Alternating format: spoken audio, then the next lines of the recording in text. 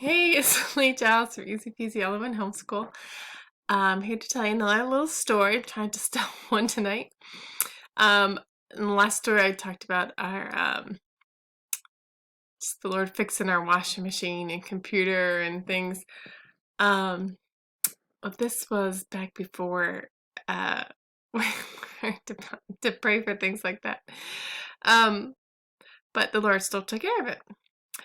Our phone died. This was in Istanbul. 4 kids at the time. So this is in Istanbul, and um, our phone was our internet connection. So this is a big deal for our family. This is before Easy Peasy, but this is when I was first putting links together for my kids and doing online learning.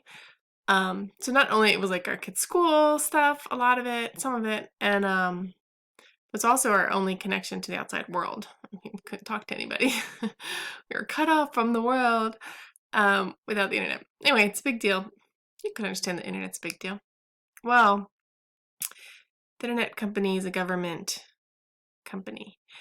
When the government runs something, customer service is very poor, right? There's no competition. They have no reason to care about the customers. Um,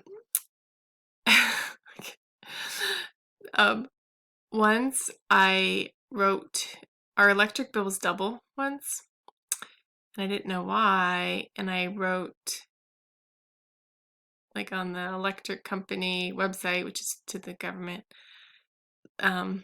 electric company, like, our bill was double, can you explain why? And they sent someone to our apartment to cut off our power. That was the response to my questioning their bill. Okay? So, yeah, customer, they're not caring about the customer. But they didn't cut off our power. We were there when they were like, he came and was doing it, and we were able to show him our bill showing that we paid. And he called in, he's like, they've paid, why are we doing this? And some debate, and then he finally left and didn't cut off our power.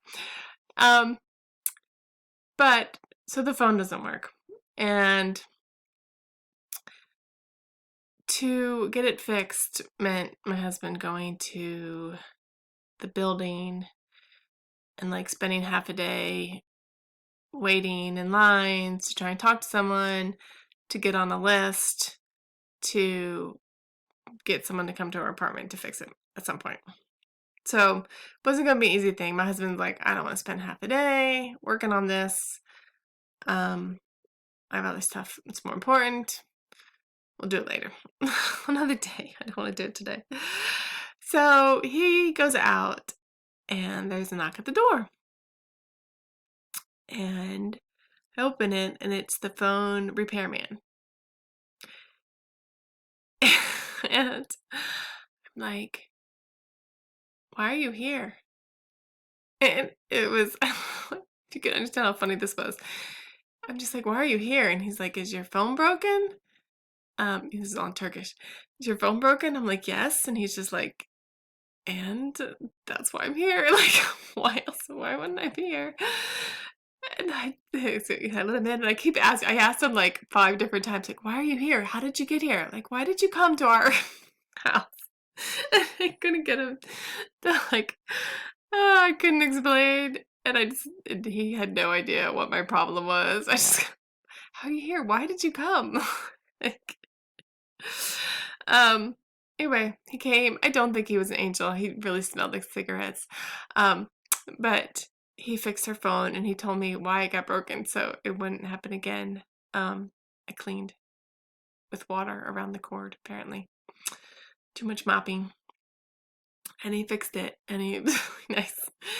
And so, yeah, so the Lord fixed our phone, and that's how he did it. He put us on this repairman's list to do fix, and it was just fixed like immediately after it was broken. And without us doing anything. So I think that's all the story I'm going to tell today.